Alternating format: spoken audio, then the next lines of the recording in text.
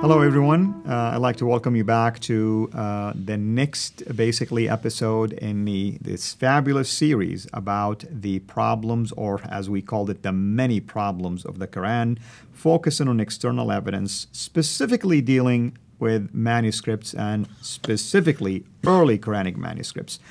Today, we're going to talk about one of the most early Quranic manuscripts that has been discovered, known as the Sana manuscript.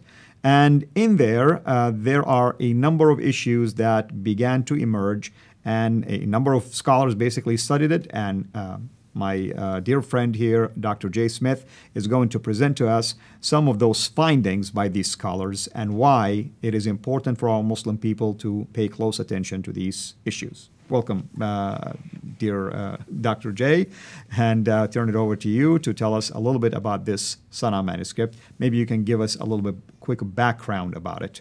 Absolutely, yeah. The Sana manuscript is the most recent manuscript that has been discovered. These other manuscripts have been around for hundreds of years. The Sana manuscript was discovered by accident in 1975 when there in Sana, in the capital of Yemen, as they were cleaning out the dome of the mosque there in Sana'a, they came across a trapdoor, and when they opened the trapdoor, thousands of manuscripts fell to the ground. Now, that's not surprising.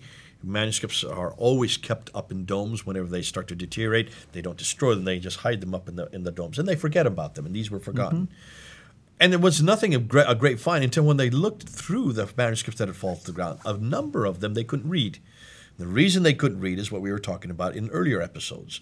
They had no diacritical marks, and they had no vowelization. Correct. So therefore, there was a dilemma. How are they going to read? How are they going to use these?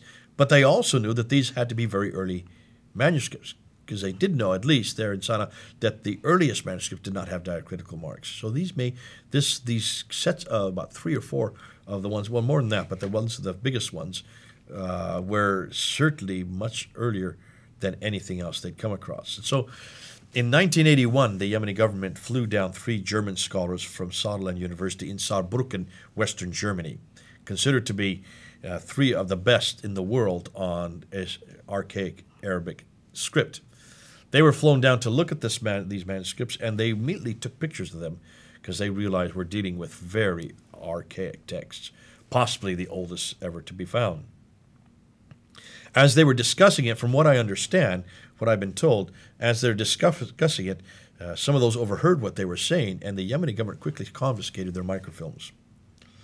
Out of fear that it will be a problem. Out of fear that these were problematic. And so they went back, the Germans went back to Germany without their manuscript, without their microfilm, sorry. It was about 1997 that finally the Germans were able to get their microfilms back, under the condition that they would give scholarships to 2 Yemeni students, which they did, and they were able to get that passed, and so they got their microfilms back. And that's when I went to see them, and I went to see Gerd Puin there in Germany with his facsimiles of the manuscripts. Now, while they were looking at the manuscripts, they noticed that there was a bleeding through of ink underneath. Now, that's not atypical. That happens with lots of manuscripts are made out of animal skin, in this case, deer skin. And with deer skin, you can write on it, and then you can wash it off and then write over top. Correct. Then it becomes what we know as a palimpsest. That's the name that's given to it, the technical name. This was a palimpsest. And that was all over the news. When I remember hearing about that when I was much younger. And, of course, I wanted to know what the lower layer was. And this is what everybody's been waiting for, the lower layer to that text. Now, I'm going to look at the slide, because here you can see the 2 pages of the Sana manuscript. And here you can see that lower text. Can you see it? The blue picture on the right.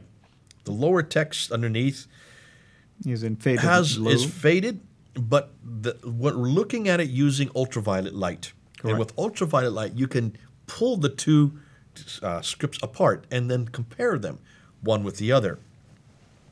Now, what they notice, and this is what's fascinating, according to Muslim scholars, people like Asma Hilali and Sadeghi and Gudarzi, these Muslim scholars, they have dated the lower script to around 671, 30 to 40 years earlier than the upper text, which is dated to 705.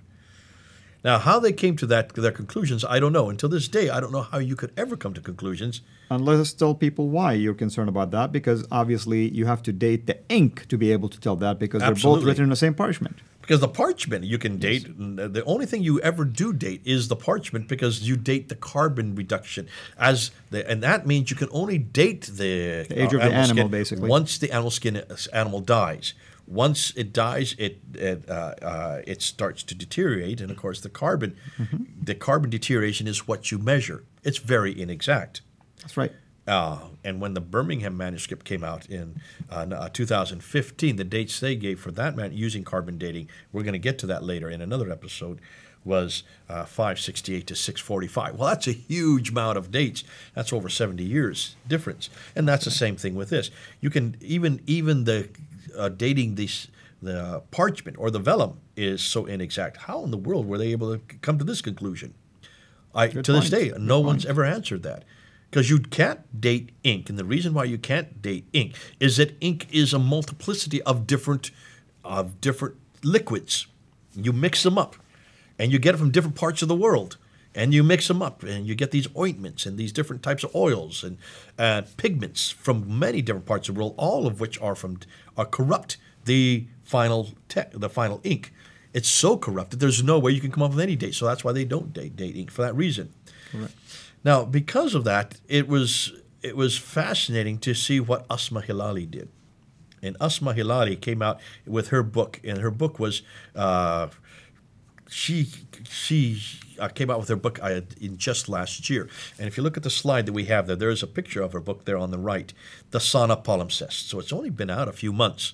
That's right. I just got it myself. It's been published just recently. It was published, I think, in August of 2017.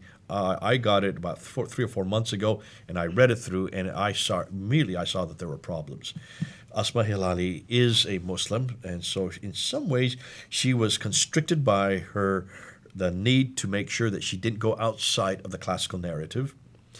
But from Asma Hilali's book, The Solemn Palimpsest, she says this: Dr. Gerd Puyn and Dr. Elizabeth Puyn, both husband and wife, who've done probably the most work on this palimpsest, along with Sadeghi and Godazi, they all of them considered that the palimpsest is part of a complete Quran codex that is a vestige of a non-canonical reading.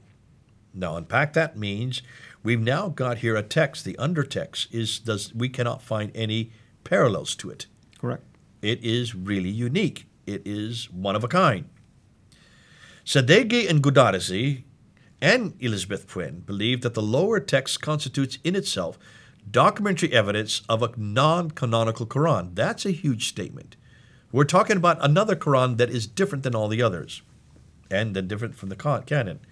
Sadeghi and Godazi believe that the text is related to the Codex of Ibn Mas'ud, who died in 652. They believe that the variants fit within the reports by early sources about the companion codices. This is the codex that we were talking about in an earlier episode. That's right. That comes from the Islamic tradition, from the Hadith and the Tafsir, which are much, much later. And he actually, according to tradition, argued with Uthman and didn't want to turn in his codex. Yes, right. That's right. And he said, when you were just a lad, I was already writing, talking about Zayd ibn Thabit. You were just a little lad when I was writing my material. That's right. So he was even comparing himself to Zayd ibn Thabit and was quite jealous. Then you have, so that's Sadeghi and Godazi, that they say it's very similar to Ibn Mas'ud. Dr. Elizabeth Puyn disagrees with them. She believes it is not Uthmanic and not from Mas'ud's Codex, but suggests that, and listen to this, the lower text was in the process of being corrected and made more precisely canonical. She considers the two layers as stages in a process of canonization. It's a redaction process, basically. There you go. Basically what she's saying is you have one text that is being created and then raced off, and a new text is being put over time. You can see an evolution in the text within that one palimpsest. And I would tend to agree based on what I'm seeing so far, but obviously we still need to do more studies on that. And so what she says, she explains this by saying that the various categories of corrections were attempts to standardize the lower text. Hugely significant. Now, fascinating, you can see when you look at, here you have a Western scholar, a German scholar, who's had more chance to look at this, and the three Muslim scholars disagreeing on the most significant part. And that is, they all agree that it's not the Quran that we have today. They all agree that it doesn't follow any of the patterns that the later compilers. But the Western scholar says, wait a minute, it's worse than that. It is so different that it looks like it is the beginning of a process of canonization, of standardization that's going on. Therefore, if this theory stands as true theory, and I want to use academic, basically, language here, then every change we're going to see in later manuscripts indicate that this process was continuous. Okay. Now, what Hilali goes and she says this. These are her conclusions. Notice that every one of these conclusions fall within the classical narrative. She's been very careful to keep it within the Muslim classical narrative. What do I mean by that? This is what Muslims do accept today. Right. More when I'm saying scholarly Muslims, not the man in the street, not many of those Muslims who are watching us right now, but certainly the scholars of Islam, they accept, and she's kept it within that narrative. She says there are deviations, Elizabeth Quinn calls them, or variants, as Sadeghi calls them, in the lower text. She knows that. There are only 63 verses in that lower text. Within those 63 verses, they have found 70 variants. That means variants when compared to the 1924 text. That's right. Hilali believes that the lower text was a product of a reading circle. That's her conclusion. Now, explain a reading circle. And the reason why she mentioned this, because in chapter 9 of the Quran, as if you study really the Quran, you know that it doesn't have the Basmala in the name of Allah. She saw an instruction in there that says, do not read Basmala here, or write Basmala, basically. That's the whole idea. She took this to be an instructional or an educational kind of like a copy. But my question is, why would anyone write this instruction to somebody if they were teaching it to them? They would have taught them this, and that's it. That's it. You don't write it down. That's right. Unless if it was a prototype to use and make copies of. There you see. You can see then this is, and it is saying, I would say it's not a school text. This is a nascent text that was going to be then raised and written over top as they are now standardizing, trying to get to a standard text. Now, Hilali goes on and believes that the lower text, I said that, the upper or the later, the 705 text, she says, of the Palimpsest contains variants as well, and we'll see these later. Therefore, both the lower and the upper texts were corrected significantly and do not agree with the Quran that we have today. That's correct. So already you can see this is highly problematic. Elizabeth Quinn is much more exciting. Her conclusions are this. And her conclusions fall outside of the classical narrative. That's why these Muslims do not want to accept hers. There's a bias here. There's an agenda. And they don't want to accept it because they don't dare, and they couldn't. And that's why, in some ways, Hilali is able to then quote Elizabeth Quinn without taking the flak herself. So Elizabeth Quinn says that the lower text is neither Uthmanic, nor is it from Ibn Masud's Codex. So she concludes that the lower text was in the process of being corrected and made more precisely canonical. Thus, the two layers were stages in the process of canonization. That's right. And I think both of us here agree with her on that. That's right. She suggests that the corrections predate the upper text and were so many that at some stage the corrector abandoned the corrections and the text was palimpsested. Now, to me, it's a no-brainer. If you look and you see two different texts, they don't agree with each other. This has even directions on how you're to read it. It suggests that there were so many corrections, they got tired of, it just became too difficult to work with, so they just washed it all off and then wrote it over on top with what they were getting to, what they were trying to get to. And whatever they got to in the second layer still doesn't match today's 1924 Here Quran. you go. And that's what's fascinating. That's correct. That's what's fascinating. And we need to look and we need to ask some questions. Now, just take a look at the graph there. You can take a look at the slide. There you can see on the left side, the lower text. We're only talking about 63 verses. And then the upper text. We're not talking about too many more, maybe about double the number of verses that exist in the upper text. So it's not the complete Quran. That's right. As we said earlier, this is only 26% of the Quran. And when we look and see the variants, you can see 63 verses with 70 variants in the lower text.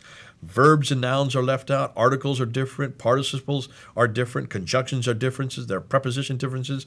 Isolated letters, 29 times isolated letters, expression differences, expressions, and entire sentences.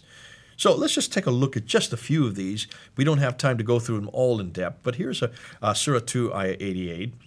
I'll do the left, and then you do the Tahireen text. So on the left, it says, our hearts are wrapped, but in fact, Allah has cursed them for their injustice. So little is it that they believe. Here in the 1924 Kyrene text, it says this, and they said, our hearts are wrapped, but in fact, Allah has cursed them for their unbelief. Yours says, بِظُلْمِهِمْ, here says, بِكُفْرِهِمْ. So little is it that they believe. Two completely different concepts for the same verse. That's right. In chapter 8, verse 74, and I'll just read the whole verse. I'll just say in one on the Sana, it's in the name of Allah, with their money and themselves, has been changed now today to say, they did jihad. Yeah, that's right. In the name of Allah. Wait a minute. And this is problematic, basically, because now you're talking about jihad now and struggle and many other things. So you can see that does change it completely. Now here's what, so travel freely throughout the land 4 months, but know that they, look at the word they, do not escape Allah and His Prophet.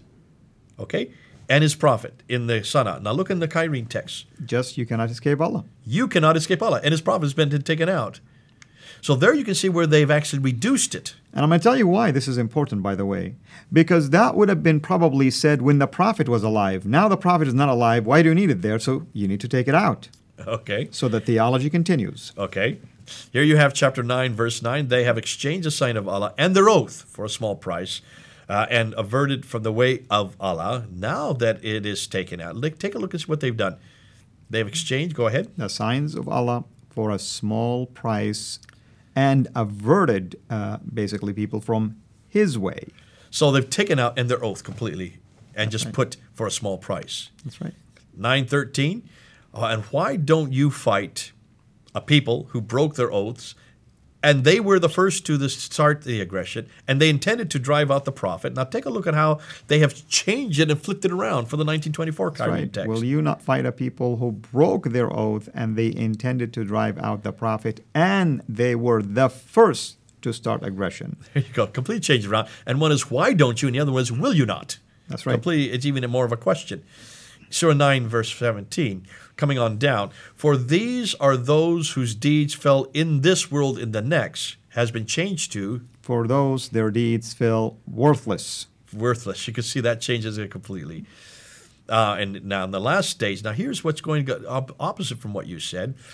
Those who believe in Allah in the last day, and he did jihad in the name of Allah and did not fear anyone but Allah.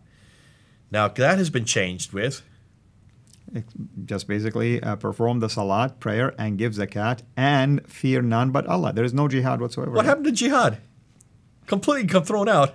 So you can see jihad was there, now it's no longer there. It makes it more politically correct as well. 9 verse 80, Allah does not forgive them. Indeed, Allah does not guide the defiant, has been changed to Allah will not forgive them because they disbelieve in Allah and His Prophet, and Allah does not guide. Now here, His Prophet is brought back in again. So that just contradicts the earlier one where Prophet is taken out. Isn't that fantastic? There is no consistency there. You seek welcome has been changed to and greet those in them. Again, that's quite a bit different. For it is good for you. Indeed, Allah is knowing has been changed to is purer for you, and Allah is knowing. Now, here, and that's the lower text. Now, when you look at the upper text, you can see, and you can go in this in your own time, look and see even in the upper text, they are changed. There we have the upper text on the left, and then the Kyrene 1924 on the right. So this is happening over and over and over again. Can you then see why the Muslims are having such a problem with the Sana text? Can you then see why when they call in, they don't want to talk about the Sana manuscript. They want to talk about the Topkapi. They have reduced it now, not just to Quran only. They have now reduced it into only one manuscript because the Sana manuscript is so problematic. And I think that as we don't need to go into all the conclusions on this one here. But there is a niggling problem. I want to end with this one. With all these problems of the differences and the changes and the fact that these don't follow any of them, look at the one niggling problem that I want to bring up. The biggest difficulty with these two layers is, number one, these are the oldest Quranic fragments in existence today. All the other extant manuscripts are more recent. So why are these layered palimpsests the earliest ones? And where is the original Quran from which these supposed reading texts were derived? That's right. See, how is it that these turn out to be the oldest and they don't agree with any other ones that come later? If Muslims are saying that these actually follow one that is earlier than this, that from the time of 652, Where is it? Why is it that the earliest we have is completely different than all the others? That's correct. Hugely problematic. And it's a good place to leave it there because Muslims have to deal with this. The scholars have to deal with it. Those who are listening today have to deal. And we're talking to you, Muslims. You're going to have to deal with this material. This is nothing that I would want to defend. I'm so glad we don't have these problems with the Bible. Amen.